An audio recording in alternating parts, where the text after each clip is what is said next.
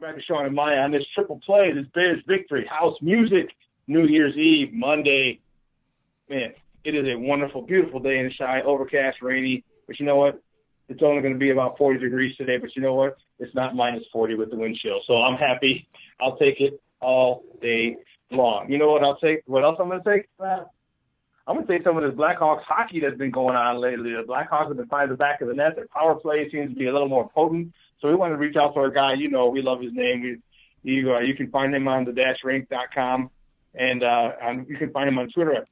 Here it is, Puckin' Hostile. I love it.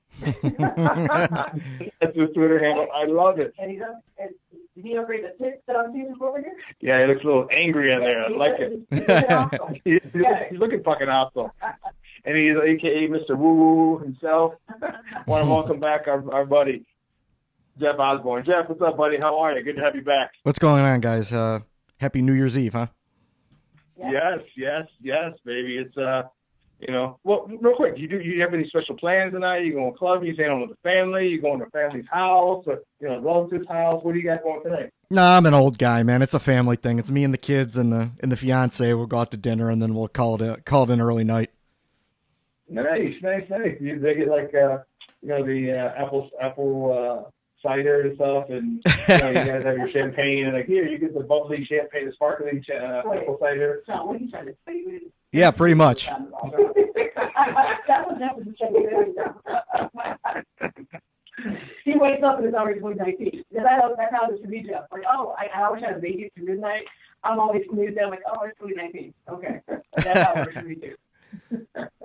That's awesome. Well, I'll tell you what, 2018 to close out started to take form. And don't get me wrong, I'm not playoff bound by any stretch, but this Blackhawks team, the goaltending situation especially, is starting to look a little better. Talk to me overall recently how your thoughts on the Blackhawks and their ability to find the back of the net, which is something they hadn't been able to do most of this season. Well, yeah. I think things are coming together a little bit. They're starting to realize the system. They're starting to play together a little bit. There was a little bit of chaos. I don't think anyone expected, Joe Quenneville to go. And then, they have to try to get up to speed on Jeremy Colleton's system. And now things are starting to settle down a little bit. Colleton's starting to find his players that he likes, and he's starting to find his players that he doesn't like. And like yesterday, we saw that trade with Edmonton, where basically the Blackhawks sent Brandon Manning, who they had signed in the summer, to help with their defensive problem. They sent him away with Robin Norell, who is a player that was not happy playing in the Blackhawks system because he wasn't getting the time that he wanted. Wanted a better chance with the NHL club and was stuck in Rockford. So they traded them away and they brought in Caggiula and Jason Garrison, who, the two players that the Blackhawks sent away were players that they didn't want to use. So they got something for nothing, basically. So I like the trade. But back to the goaltending. Yeah, Caggiula's a young kid, 24. Garrison's a little long in the tooth, and 11 seasons, he's 34. Yeah. So I can see that, especially if you're going to try and incorporate them into your lineups every day. Yeah, Garrison probably will end up in Rockford. He's probably going to play that Cody Franzen type player that was, that helped lead Rockford last year to the, a deep playoff run. And Caggiula will be a depth forward. I mean, he's not a bad player. He played with Nick Schmaltz at North Dakota. He played with Luke Johnson at North Dakota. He played with Brock Besser, who's one of the top players in Vancouver at North Dakota. So he's played around some good players. And, one of his last years at North Dakota, he was second behind Brock Besser. He scored more goals and had more points than Nick Schmaltz did. So, I mean, he's got some talent. He's just got to work on like Nick Schmaltz, he has to work on the defensive side of the rink. Is it possible?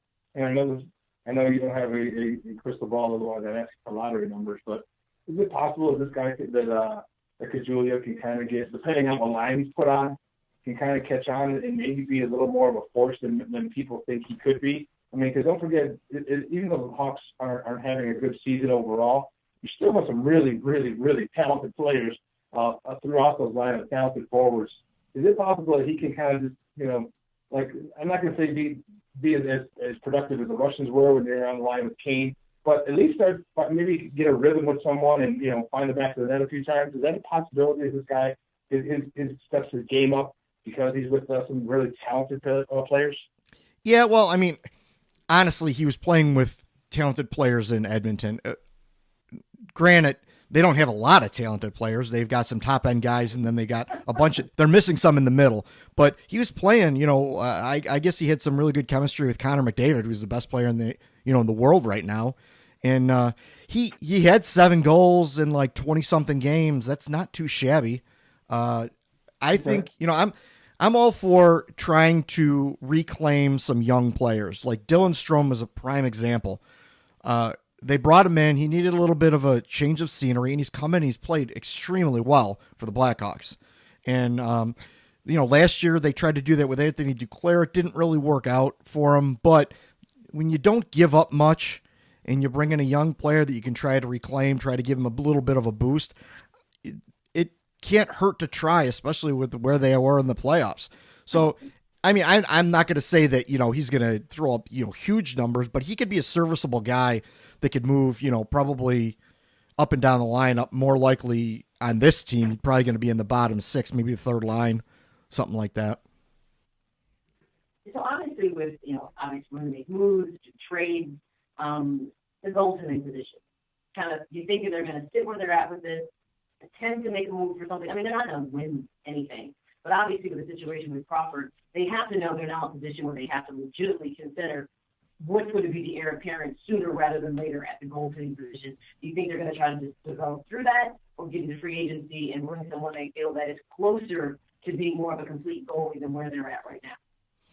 Well, I'm happy you bring up that subject because I'm probably the goaltending expert over at The-Rink. So, well, there you have it. Yeah, and also I am probably the self-proclaimed biggest fan in the world of Caggiula. So, I'm glad to see that he's playing very well. I kind of saw a lot of this years ago when he was in camp, and then they finally signed him. And he's had a hard go at it, but he had a lot of players in front of him. Now that he's come up and he's played, he's shown he can play pretty well. But got to step back a little bit and say it's only 3 games right now. Jeff Glass played 3 decent games last year, and right now he's not doing anything. So you got to take it with a grain of salt right now. Take it one game at a time. Caggiula could be that next guy in the future. I don't see him really, unless they have another injury to like Cam Ward. I don't see them acquiring any goalies this year unless something really jumps out and grabs them. Some goalie that's really that's out there that they could get for next to nothing. There's really no use bringing another goalie in this year. They've got a couple guys that can see what they have with them, and just try to ride it out. Because honestly, right now with what happened with Corey Crawford, I don't see any reason to jeopardize his health in the future by trying to smash him back into the lineup on a team that's really all these past few wins aside, they're not really that good of a team. I mean, they're really in the bottom third of the league, so. Why jeopardize a guy's health who's 34 years old, and today is his birthday, 34. So, but there's just really no use in trying to get Corey Crawford back in there. He's had 2 major concussions in the past 2 years, and it's just set him down, end him. End of the season, or ask him to step away. Well, I mean that's up to him to step away, but I mean for at least the season, I say there's no reason to jeopardize it again. Just sit him out for the season. They got 1 more year on the contract. I agree with you, dude. Yeah, they got 1 more year on the contract, but there's ways around that. If he can't play next year, they could put him on long-term injured reserve. And the whole stuff, yeah. Yeah, I mean, he's only 1 year on the contract, so try to build the future. I mean, you're trying to do that with the young players, Strome, The-Rink, Perlini, any of these young guys that are coming up, and they tried Fortin. They've tried a lot of young kids. Now try it with the goaltending position because they have not developed a lot of goalies through the system. Most of their goalies have come from Europe, or Corey Crawford, who's drafted in the early 2000s. Like he's been around forever. So, or Cam Ward, they got him in free agency, but a lot of goalies they got, Ranta and Niemi and now Kevin Lankinen's in the minors. These guys were all signed and they were all established in a pro league in Europe before they were brought over here. So the Blackhawks really haven't developed anyone. Delia is probably the closest they've they've done to developing a goalie. And right now it's looking pretty good, but we got 40 more games. We got, the rest of the regular season to go. We're only halfway through. So, the one of the issues that I see, guys were talking to Jeff Osborne from the Rink official on the -rink.com. Talking about the Blackhawks hockey right here. They've won 5 out of their last 6.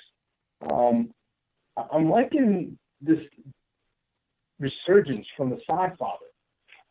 Why is he?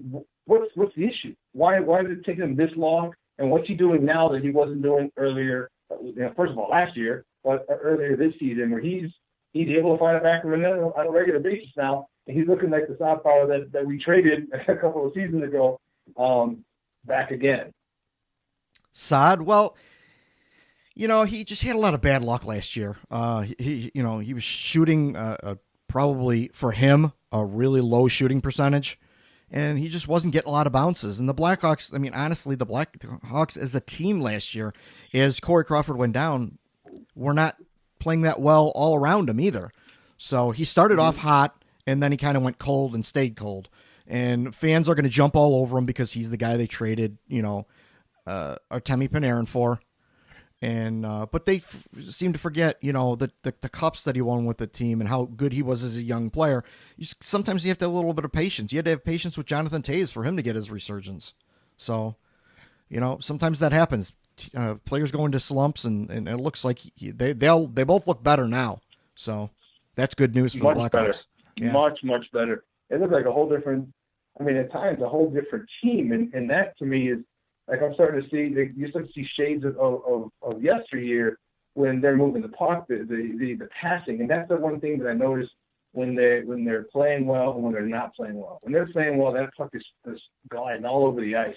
It just bam, bam, bam, bam, and you got the goalie's eyes keep moving because that puck is just constantly moving. The defensemen are scrambling to kind of keep up with that, and then when they're not, it's a lot of one-on-one, a lot of stick handling, like where the goalie has a clear shot on the person with the puck and, easily blocked by defenders. That's, when they're moving the puck like they have been recently is when they're really, really, really dangerous. Well, yeah. And they're a finesse team. They're not a physical team, which unfortunately does not work in the playoffs real well. So they're going to have to find some physicality in their game. But for right now, they're playing a finesse game and they're doing basically anything they can to win games. And they're hitting a good part of the schedule where it's, the Christmas break. I think teams may have not been playing up to their potential against the Blackhawks, and the Blackhawks took advantage of that. So, credit to them for taking advantage of that, but let's take it all with a grain of salt. It's more likely that this team is what they were the first 35 games than what they have been the last 5 games. So... But, we'll take it one game at a time. We'll try to develop some young players. We'll see what we got. And, just be patient and have some fun and enjoy some of the young players and new names and see where this shakes out. So. I just feel like watching the Bulls. Okay. And this is hard to watch because it's like the fall of the Blackhawks seems so quick that it's really hard to kind of wrap your mind around that this is something that, they're in their, I guess you could say, rebuild mode, so to speak. So, we've seen Carlton, obviously, for enough games to say, what is his, we know he's a communicator, but what is his style of playing versus coaching? What would you say is dramatically different, if at all, than Coach Q, and or things that are similar in their style of play and coaching? Right. Well, with Joe Quenneville, he was kind of that stern, doesn't speak a whole, when he does speak, it's very animated, but for the most part, he's, kind of stern back there, let the assistant coaches do a lot of the work behind the bench. Colleton kind of jumps in there. He's more of a quote unquote players coach. And you guys kind of joke a little bit about the great communicator, but that's kind of his strength is that he can relate to these players. He's around the same age as a lot of them, and he's not far from even the younger players. 8 years from guy that's 25 years old, you can relate to kids that age. And it seems like, they're finally starting to settle down. They're finally starting to, accept it, and they're starting to buy into his system. And that's a good thing for the Blackhawks future because I've said this several times before, but you don't find the next great young coaches without taking a little bit of a chance. So he may or may not be, but right now, it looks promising. It looks like they may have something in this guy. Okay, well, yeah, I'm just wondering. Like, I like what they're doing recently. It's fun to I watched or kind of caught a couple of the last few games. A lot more than I would have had they been going the way they were to begin initially in the start of the season. And it's fun. It's fun watching Blackhawks hockey. As much as I hate that God Bless the Song, I miss Chelsea Dagger, being played. And, it's kind of good to hear, at least 2 or 3 times every home game. We usually 3 or 4 times every home game. It means they're finding the back of that and lighting that lamp. And that's something that I'm really, really happy for. They're starting to finally, as you said, just settle down. There's a lot of turmoil with a lot of ripple effects of the firing of Coach Quenneville, and it looks like everything is just kind of starting to slow down and ease up, and they can kind of get back into doing what they do best, and that's just play hockey.